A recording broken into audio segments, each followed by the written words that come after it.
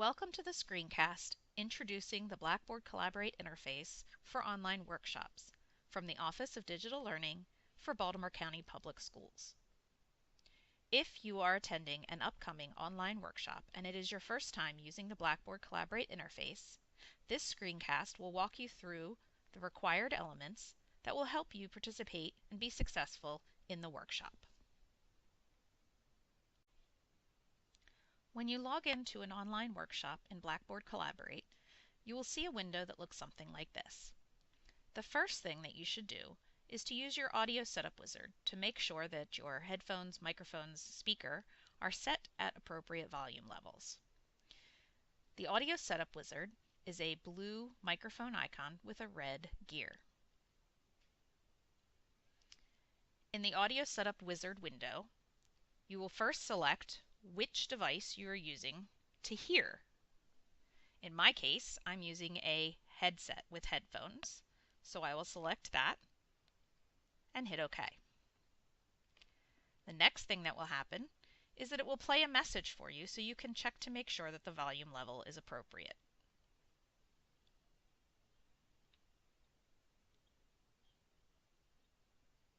If it is appropriate, hit yes and go to the next step. In this step, you are selecting which input device you'll be using. Again, in my case, I'm using a microphone that's built into my headset. For this step, you're going to record a test message to make sure that your microphone is picking up the volume appropriately. Testing 1, 2, 3. You can listen back.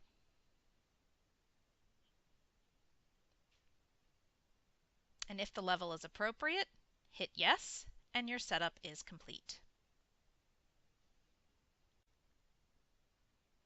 I'm now going to go through some of the Blackboard Collaborate interface tools that you need to use in order to be a successful participant in our online workshops. The first one is your audio. In the upper left corner of the screen, you will see your audio and video window. You will also see a talk button at the bottom of that window.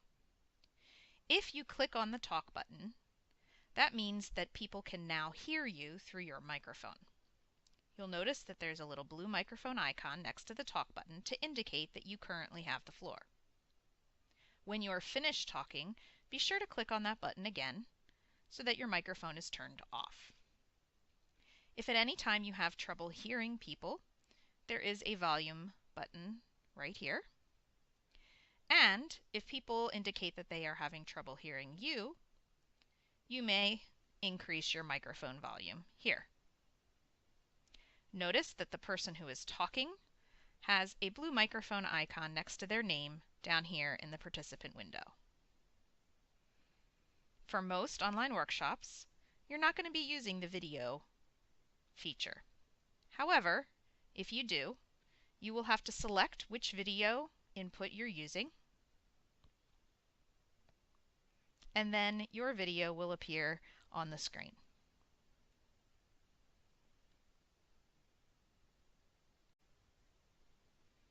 Now, let's look at the participant window tools. Below the audio and video window is the participant window. Here you will see the name of the moderator as well as all the participants in the class. There are a couple of tools that are available to you to give some feedback and interaction with the other participants and the moderator. The first one is the feedback tool. You can see that there are several options of things that you can use for feedback. These feedback buttons appear and disappear next to participant's name in the participant window. So if you look here at my example, participant 1, right here in the participant window, is going to give a smiley face feedback. The smiley face appears, and then on its own it disappears.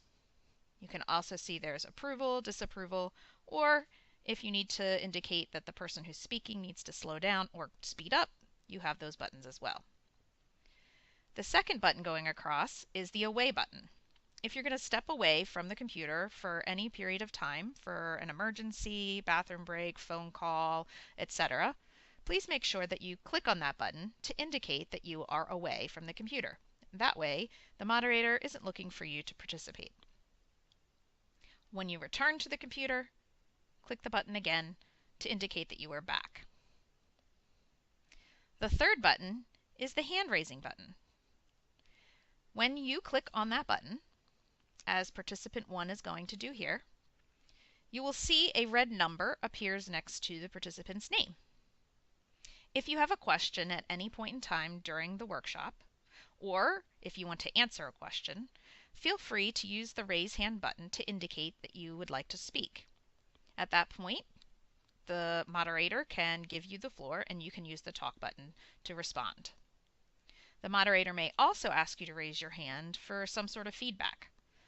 Again, for example, there may be these numbers. So people who have a hand with a number 1, 2, and 3 may have something to do versus somebody who has the hands numbered 4, 5, and 6. When you are finished, make sure that you lower your hand to indicate that you are done.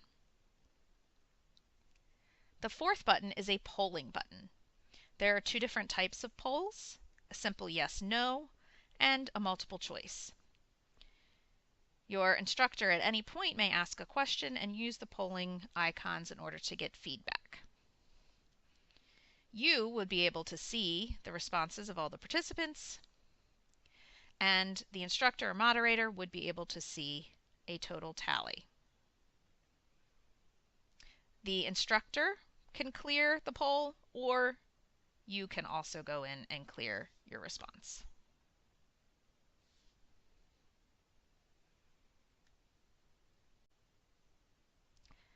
The third interface tool that we'll take a look at is the chat window. Usually located on the left-hand side at the bottom, you will see a chat box.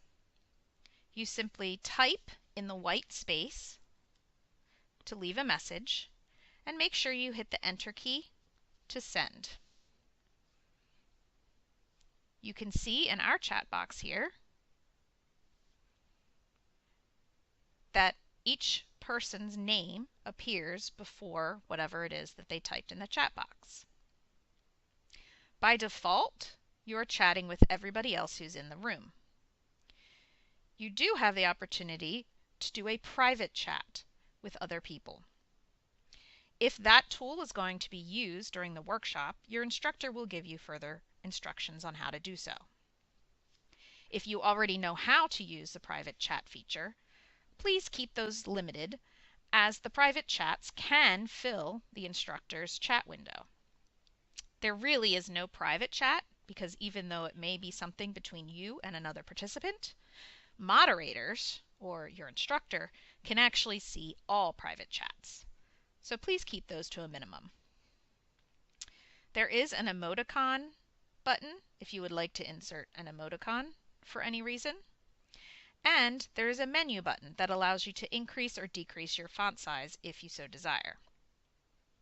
If you're lucky enough to have a large screen or multiple panels or multiple screens, you may want to detach the chat panel, which would basically allow you to move it around and stretch it out. The last interface tool that we'll take a look at is the whiteboard. This area in the middle of the screen where the presentation is called a whiteboard.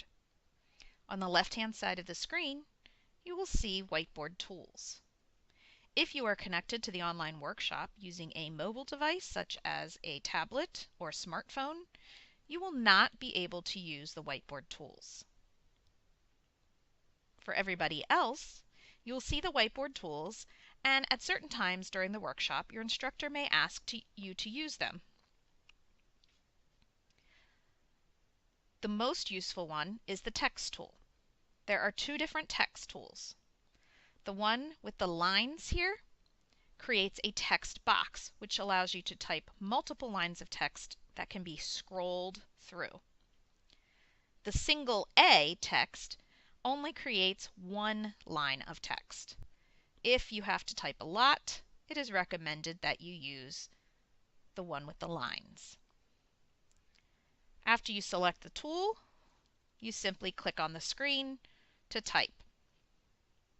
If you need to move the text box, then you would use the top tool, which is your arrow or your select tool. to select that object and move it around on the screen. Other tools that you might be asked to use include the pointer tools. You can select one of these and click on the screen and it stamps or points to something on the screen. A drawing or highlighter tool. Each one opens another window that allows you to change the thickness and the color. Or, for the highlighter, the opacity and the color.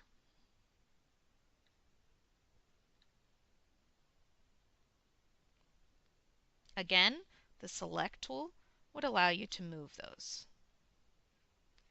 There are shape tools, so this is a solid color shape, this is an outline shape, and this is a line shape. Additionally, you have the ability to capture your screen and put it on the whiteboard. So if your instructor asks you to do that, you can click on this, select your screen, and it'll appear on the whiteboard.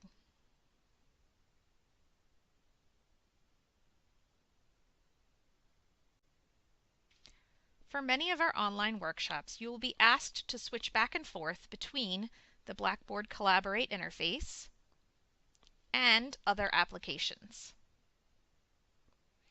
So make sure that you look in your taskbar. You'll find the Blackboard Collaborate icon is a purple circle with the arrows in them. And then, of course, any other tools that you'll be asked to use would appear as well. Many times you're asked to use an internet browser, and to switch back and forth, you would simply click on the internet browser and then click back on Blackboard Collaborate. However, if you're not being asked to do so, limit your multitasking and make sure that you don't have other programs open and running. Lots of programs can slow down the interface. If you get any sort of pop-up in your internet browser about unsafe content, chances are you need to enable or allow that content, especially if it is a website that your instructor has directed you to visit. While you are in another application, such as your internet browser, you will still be able to hear your instructor and other participants in the background if Blackboard Collaborate is still running.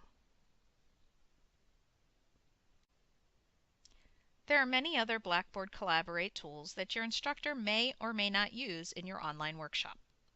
If you have any questions at any time about the tools that I just covered, or any other tools, be sure to ask your instructor for assistance. Have fun!